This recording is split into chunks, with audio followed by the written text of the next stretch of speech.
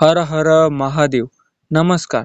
भगवान शिव, देवाचे देव महादेव, त्यांच्या मस्तकावर चंद्र, जटामध्ये पवित्र गंगा, गळ्यात नागराज आणि हातात त्रिशूळ आहे.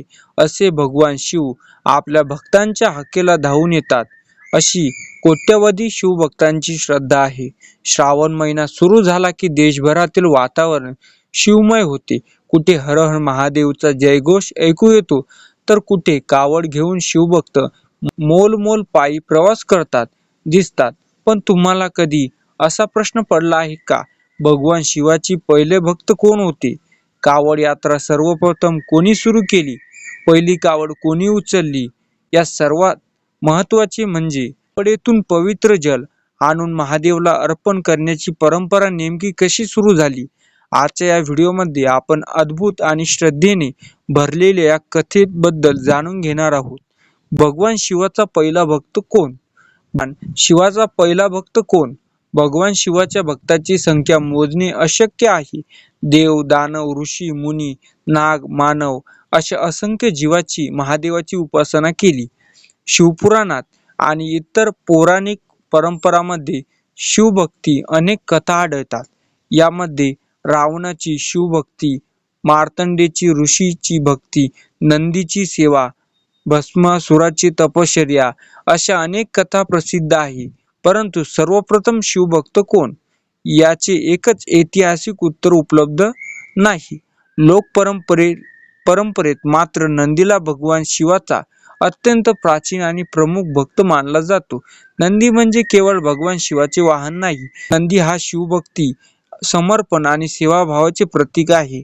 कैलासावर भगवान शिवांच्या चरणाशी सदैव उपस्थित असलेला नंदी महादेवाच्या सेवेत पूर्णपणे समर्पित असल्याचे पौराणिक कथांमध्ये वर्णन केले जाते. म्हणून अनेक शिवभक्त नंदीच्या आद्य शिवभक्त म्हणून श्रद्धेने मानतात. कावड म्हणजे काय? आता आपण कावडीबद्दल जाणून घेऊया. कावड म्हणजे खांद्यावर वाहून नेण्यासाठी वापरली जाणारी एक विशेष रचना. या कावडीच्या दोन्ही बाजूला जलपात्रे ठेवली जातात. शिवभक्त पवित्र नदी, तीर्थक्षेत्र आणि किंवा जलस्रोत मधून पाणी भरतात आणि ते पाणी कावडीच्या माध्यमातून आपल्या गावातील किंवा महादेव मंदिरातील शिवलिंगावर अर्पण करतात. या यात्रेला कावड यात्रा असे म्हटले जाते. विशेष श्रावण महिन्यात उत्तर भारतामध्ये या यात्रेला मोठे धार्मिक महत्त्व आहे. पहिली कावड कोणी उचलली? पहिल्या कावडीबद्दल अनेक लोककथा आहे आणि धार्मिक परंपरा आहे. यापैकी एक प्रसिद्ध कथा रावणाशी संबंधित आहे. लोकमान्यतेनुसार रावण हा भगवान शिवाचा अत्यंत मोठा भक्त होता. रावणाने महादेवाला प्रसन्न करण्यासाठी कठोर तपश्चर्या केली. त्याने आपल्या भक्तीने महादेवाला, भगवान शिवाला प्रसन्न केले. काही लोक परंपरानुसार रावणाने पवित्र जल आणून भगवान शिवाचा अभिषेक केला आणि त्यातून कावड परंपरेची सुरुवात झाली असे मानले जाते. मात्र ही कथा सर्व पौराणिक ग्रंथांमध्ये एकसारखी आढळत असे नाही. त्यामुळे आपण या कथेकडे लोकपरंपरेची श्रद्धा कथा म्हणून पाहिले जाते. श्रावण आणि कावड यात्रेचे नाते. श्रावण महिना हा भगवान शिवाचा अत्यंत प्रिय मानला जातो. या महिन्यात शिवभक्त उपवास करतात. सोमवारी शिवमंदिरात जाऊन महादेवाला जल, दूध, बेलपत्र, धतुरा आणि इतर पूजे साहित्य अर्पण केले जाते. याच काळात अनेक भक्त कावड घेऊन पवित्र जल आणतात. काही भक्त शेकडो किलोमीटर प्रवास पायी करतात. त्याच्या खांद्यावर कावड असते, पायात चप्पल नसतात, तोंडातून सतत एकच जयघोष असतो, बोल बम, हर हर महादेव, ओम नमः शिवाय. कावड यात्रेची भक्ती. कावड यात्रेत केवळ पायी चालण्याचा प्रवास नाही, हा श्रद्धेचा प्रवास आहे. काही भक्त अनेक दिवस उपवास करतात, काही भक्त अन्नवाणी चालतात, काही भक्त कठीण नियम पाळतात. रस्त्यात त्यांना अनेक अडचणी येतात. कधी उन्हाचा त्रास होतो, कधी पावसाचा सामना करावा लागतो, कधी शरीर थकते. पण मनात महादेवाचे नाव असेल तर भक्त पुढे चालत राहतो. कारण त्याला एकच भावना असते, हे जल माझ्या महादेवाच्या चरणी अर्पण करायचे आहे. कावडेतील जल. कावडीतील जल महादेवाला का अर्पण केले जाते? हिंदू धर्म परंपरेमध्ये जलाला अत्यंत पवित्र मानले जाते. भगवान शिवाच्या शिवलिंगावर जल अर्पण करण्याची प्राचीन परंपरा आहे. जल अर्पण करताना भक्त आपल्या मनातील अहंकार, दुःख, नकारात्मकता महादेवाच्या चरणी अर्पण करण्याची भावना ठेवतो. कावड यात्रा ही त्या भक्तीचे प्रतीक मानली आहे. भक्त पवित्र जल आणतो आणि तो शिवलिंगावर अर्पण करतो. या कृतीमध्ये भक्ती, त्याग आणि समर्पणाची भावना आहे. भक्तांचा जयघोष. कावड यात्रेत सर्वात जास्त ऐकू येणारा जयघोष म्हणजे बोल बम. या दोन शब्दामध्ये शिवभक्ती मोठी शक्ती आहे. बम हा शब्द शिवभक्तांच्या जयघोषामध्ये विशेष महत्त्वाचा आहे. कावड या एकमेकांना बोल बम म्हणून उत्साह देतात. एक भक्त थकला तर दुसरा त्याला धीर देतो. संपूर्ण वातावरण भक्तिमय व शिवमय होते.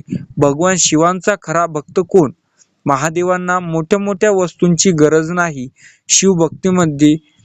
शिवभक्तीमध्ये भगवान सर्वात महत्त्वाची मानली जाते.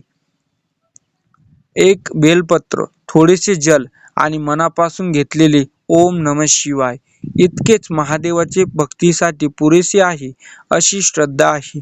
महादेवाला प्रसन्न करण्यासाठी संपत्तीची गरज नाही, राजेशाही पूजेची गरज नाही.